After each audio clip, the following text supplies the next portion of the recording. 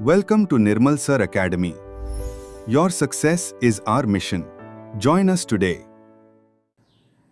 চলো আজকে আমরা শিখে নেব নাউন ফ্রেজ সম্বন্ধে। এর আগের ভিডিওতে আমরা জেনেছি যে ফ্রেজ কাকে বলে, ফ্রেজের প্রকারভেদ কি। আগের ভিডিওতে বলেছিলাম যে আমরা সিরিয়ালি এক একটা করে সব বিষয় বিশদভাবে জেনে নেব যাতে তোমাদের পরীক্ষায় কোনো অসুবিধা না হয়। তা আজকের ক্লাসে আমরা জেনে নেব যে নাউন ফ্রেজ। নাউন ফ্রেজটা কি, নাউন ফ্রেজ কাকে বলে। নাউন ফ্রেজ, দেখো নাউন ফ্রেজ হচ্ছে সেই ফ্রেজগুলো, এগুলো হচ্ছে গ্রুপ অফ ওয়ার্ডস, যে গ্রুপ অফ ওয়ার্ডসটা সেন্টেন্সের মধ্যে একটা নাউনের মতো কাজ করবে সেটাকে নাউন ফ্রেজ বলছি। Phrase that works as a noun in the sentence is called noun phrase. যে ফ্রেজটা সেন্টেন্সে নাউনের মতো কাজ করবে সেই ফ্রেজটাকে আমরা বলবো নাউন ফ্রেজ। এবং এই নাউন ফ্রেজটা কিরকম ভাবে অবস্থান করে, এটি বাক্যে সাবজেক্ট রূপে থাকতে পারে, অবজেক্ট রূপে থাকতে পারে বা কমপ্লিমেন্ট রূপে থাকতে পারে।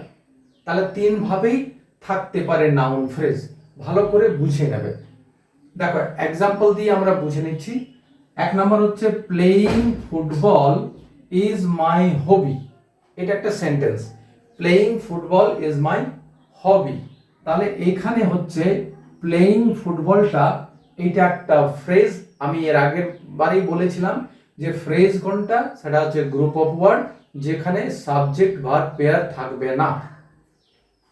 তো প্লেইং ফুটবল এটা এখানে ইজ ভার্বের সাবজেক্ট রূপে আছে। তাহলে এই যে ফ্রেজটা আছে, the noun phrase has been placed here as a subject রূপে এখানে আছে নাউন ফ্রেজটা। আরেকটা যদি এক্সাম্পল নিই, দুটো করে এক্সাম্পল ভালো করে জেনে নেব। Playing cricket is my favourite hobby, এখানেও ইজ ভার্বের সাবজেক্ট রূপে আছে প্লেইং ক্রিকেট, এটা হচ্ছে নাউন ফ্রেজ। কি করে বুঝবো?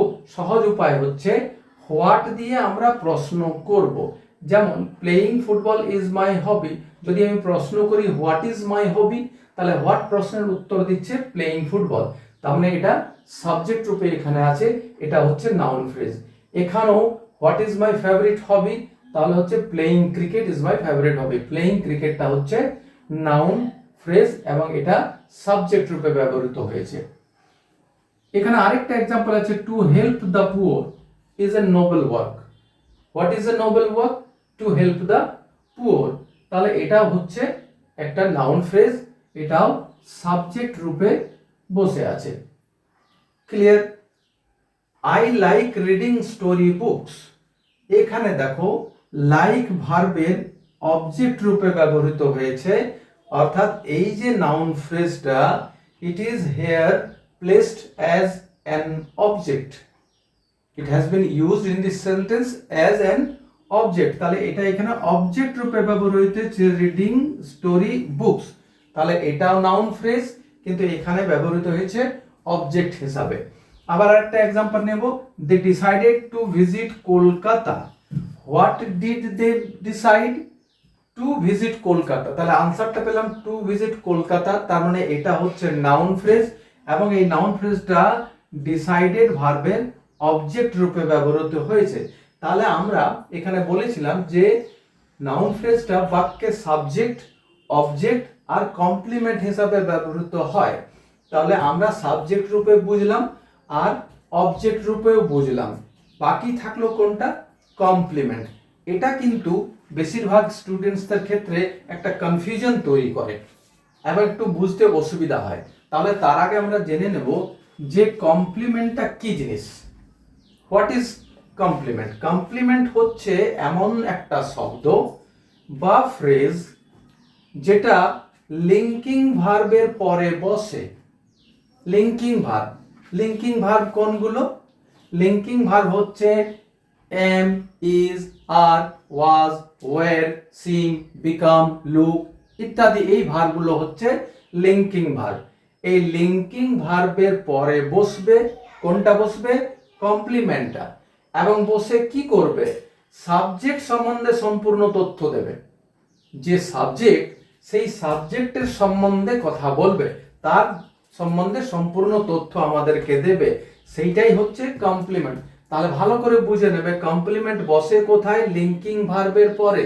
লিঙ্কিং ভার্ব কোনগুলো, am, is, are, was, were, become, seem, look ইত্যাদি, এইগুলো হচ্ছে লিঙ্কিং ভার্ব। এই লিঙ্কিং ভার্বের পরে বসবে এবং সেটা সাবজেক্ট সম্বন্ধে সম্পূর্ণ তথ্য আমাদেরকে দেবে।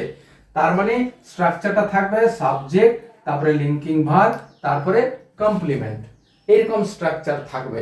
তাহলে বুঝবো আমরা কমপ্লিমেন্ট হচ্ছে এটা, অর্থাৎ নাউন ফ্রেজ কমপ্লিমেন্ট হিসাবে ব্যবহৃত হচ্ছে। এক্সাম্পল দিয়ে বুঝে নেব, যেমন my hobby is reading story books. এখানে রিডিং স্টোরি বুকসটা হচ্ছে নাউন ফ্রেজ, বসেছে কোথায়, দেখো লিঙ্কিং ভার্বের পরে। তাহলে লিঙ্কিং ভার্বের পরে রিডিং স্টোরি বুকস, কে কি বলছে, মাই হবি। তাহলে হবিটা কি, সাবজেক্ট হচ্ছে মাই হবি, তার সম্বন্ধে বলছে, সম্পূর্ণ তথ্য দিচ্ছে যে সাবজেক্টটা কি, সাবজেক্ট হচ্ছে রিডিং স্টোরি বুকস। তাহলে এটা হচ্ছে লিঙ্কিং ভার্বের পরে বসছে নাউন ফ্রেজ এবং এটা কমপ্লিমেন্ট হিসাবে ইউজ হয়েছে। আবার হচ্ছে his dream is to become a doctor. এটা টু বিকাম এ ডক্টর, এখানে একটা নাউন ফ্রেজ বসেছে লিঙ্কিং ভার্ব ইজ এর পরে, তাহলে এটা হয়ে গেল কমপ্লিমেন্ট।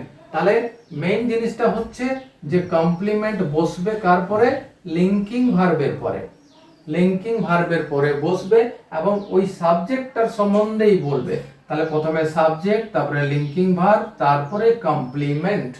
এটা হলে এটা নাউন ফ্রেজ কমপ্লিমেন্ট হিসাবে ইউজ হয়েছে। আশা করি তোমরা এই নাউন ফ্রেজটা এখানে ভালো করে বুঝেছো। এর পরের ক্লাসে আমরা শিখবো অ্যাডজেক্টিভ ফ্রেজ। দরকার হলে টুকে নেবে, আরো বিভিন্ন গ্রামার বুক থেকে আরো এক্সারসাইজ করবে, তাহলে আরো ক্লিয়ার হয়ে যাবে।